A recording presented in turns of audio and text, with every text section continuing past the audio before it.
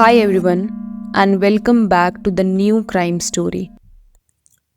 अक्सर हम अपने आसपास ऐसे लोगों को तो देखते ही हैं जिनमें या तो कोई टैलेंट होता है या फिर they are experts in whatever they are doing. और उन लोगों को देखकर ये सोचना कि काश मुझ में भी ये सब क्वालिटीज़ होती is somewhat natural.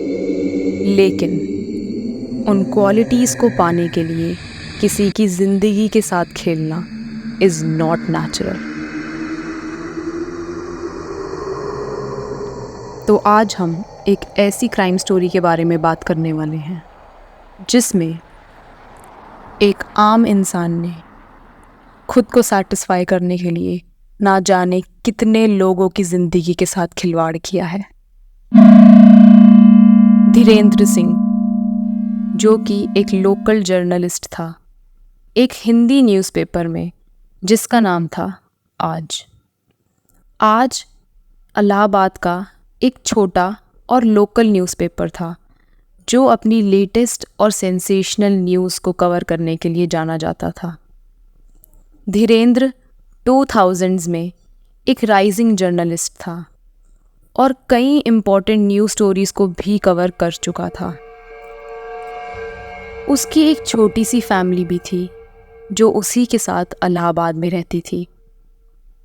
As a journalist Dhirendra अक्सर अपने काम की वजह से ऑड टाइमिंग्स पर ही घर लौटता था और बिल्कुल इसी तरह 14 दिसंबर 2001 धीरेंद्र को घर लौटने में काफ़ी देर हो गई थी और आम दिनों की तरह उसकी फैमिली ने भी यही सोचा कि शायद किसी ज़रूरी काम या किसी नए असाइनमेंट पर काम करने की वजह से धीरेंद्र को घर लौटने में देर हो गई होगी। और ये सोचकर पूरी रात बीत गई, लेकिन सुबह होने पर भी धीरेंद्र घर नहीं पहुंचा था। अब उसकी फैमिली थोड़ी टेंस्ड थी क्योंकि ना तो उसकी तरफ से कोई कॉल आई थी और ना ही उसे कोई कॉल कर पा रहा था। और ये टेंशन तब बढ़ने लगी जब धीरेंद्र के ऑफिस में और कलीग से पूछने पर ये पता चला कि उन्होंने भी धीरेंद्र को कल रात से नहीं देखा है और ना ही उनमें से कोई उसे कांटेक्ट कर पा रहा है। ये सब होते होते ऑलमोस्ट 24 घंटे हो गए थे और अब तक धीरेंद्र की फैमिली के पास एक ही रास्ता था कि वो पुलिस स्टेशन में उसकी मिसिंग कंप्लेंट दर्ज कराए और उन्होंने यही किया। उन्होंने पास के ही एक पुलिस स्टेशन में धीरेंद्र की मिसिंग कंप्लेंट फाइल करवाई और उन्होंने यही ठीक समझा क्योंकि उसे गायब हुए 24 घंटे से ज़्यादा ही हो गए थे, तो अब पुलिस ने भी अपनी इन्वेस्टिगेशन जल्द ही शुरू कर दी थी। धीरेंद्र एक जर्नलिस्ट था और इसीलिए उसका मिसिंग हो जाना खुद पुलिस और बाकी सभी के लिए काफ़ी सीरियस मैटर बन गया था। आप सभी जानते होंगे कि जर्नलिस्ट की लाइफ को अक्सर ही एक थ्रेड रहता है और ये बात जल्द ही सभी न्यूज़ चैनल्स तक जा चुकी थी and This forced the police to investigate the case deeply. तो उन्होंने सबसे पहले ये इन्वेस्टिगेट करना शुरू किया कि कहीं किसी रीसेंट न्यूज़ स्टोरी को कवर करते हुए धीरेंद्र को किसी से कोई धमकी तो नहीं मिली थी। ये कोई भी हो सकता था, कोई बड़ा पॉलिटिशियन या फिर कोई फेमस पर्सनालिटी। और ये इन्वेस्टिगेट करते करते पुलिस ने धीरेंद्र की सारी फ़ोन कॉल डिटेल्स चेक करी and they found something mysterious. 14 दिसंबर यानी कि जिस दिन धीरेंद्र को आखिरी बार देखा गया था और जिस दिन के बाद वो गायब हो गया था, उस दिन धीरेंद्र ने जिससे लास्ट टाइम फ़ोन पर बात करी थी, उसी कॉल के बाद धीरेंद्र का फ़ोन स्विच ऑफ हो गया था। और यहाँ पर शॉकिंग बात यह है कि वो फ़ोन कॉल उसकी फैमिली या किसी कलीग की नहीं, बल्कि एक अननोन नंबर था।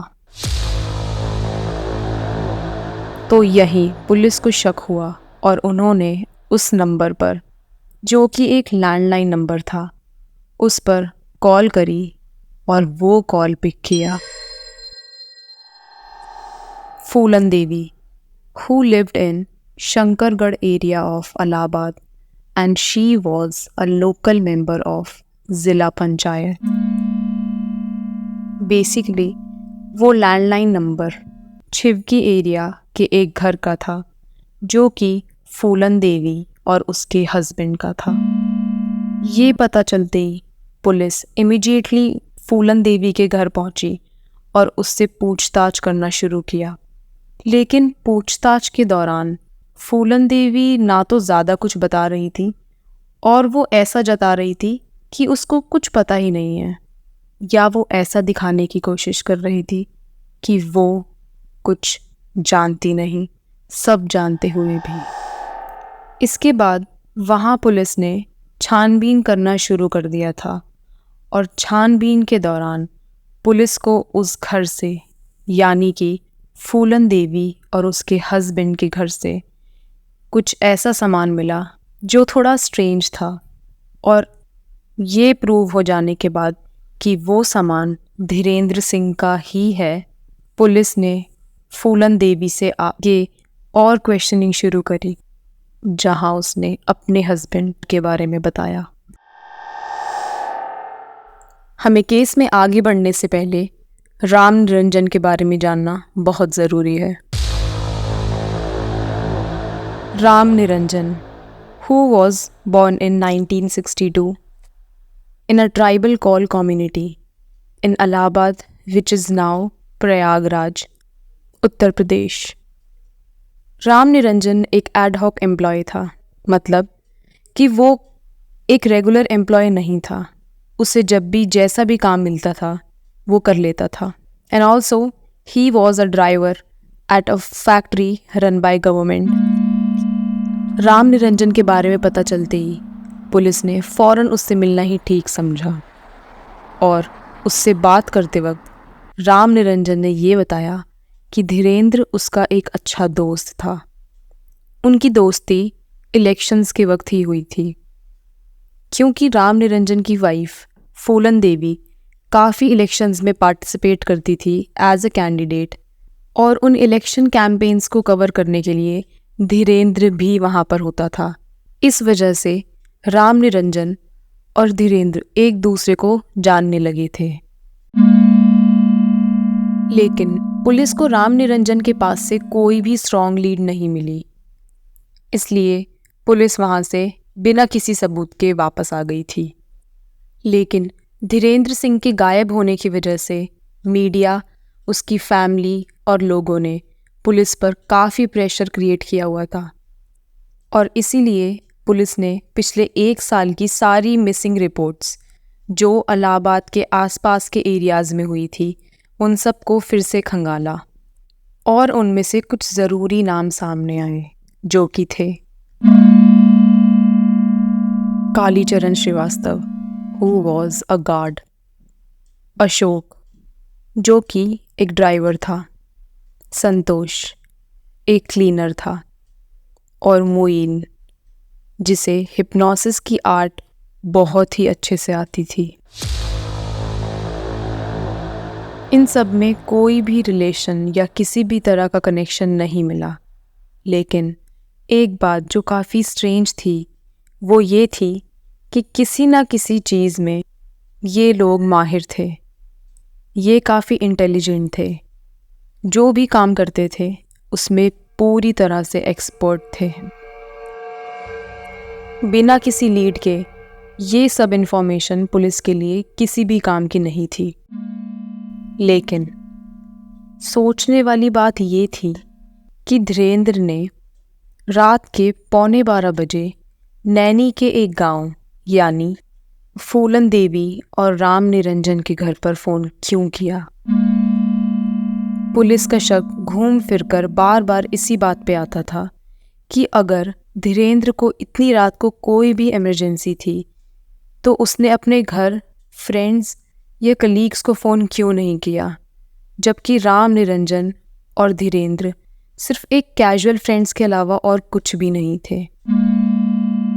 पुलिस के बार बार राम निरंजन और उसकी फैमिली पे शक जाने की वजह से उन्होंने ये डिसाइड किया कि वो एक बार फिर उसकी फैमिली और उससे पूछताछ करेंगे। लेकिन इस बार पुलिस की एक टीम उसके घर जाकर उससे और उसकी फैमिली से पूछताछ करने वाली थी और दूसरी टीम राम निरंजन के पड़ोसियों और आसपास रहने वाले लोगों से। और इस बार पुलिस को कुछ ऐसी इन्फॉर्मेशन मिलती है जिसने इस केस का पूरा एंगल ही बदल के रख दिया था। So this is it for today, और यहाँ पर इस केस का पार्ट 1 एंड होता है। क्योंकि ये केस थोड़ा बड़ा है, इसलिए इस केस का पार्ट 2 भी जल्दी अपलोड हो जाएगा इसी चैनल ट्रूली SC पर। And please comment down your views and thoughts. Also अगर आप चाहते हैं कि मैं कोई पर्टिकुलर क्राइम स्टोरी या फिर आपकी पर्सनल हॉरर स्टोरीज़ को शेयर करूं या वीडियो बनाऊं, तो feel free to share such stories on my Instagram handle. I'm sharing the link below in the description box. Part 2 is going to be a long video and I know Part 1 देखने के बाद आप सब Part 2 का बेसब्री से इंतज़ार करोगे, इसलिए Part 2 जल्दी ही अपलोड हो जाएगा।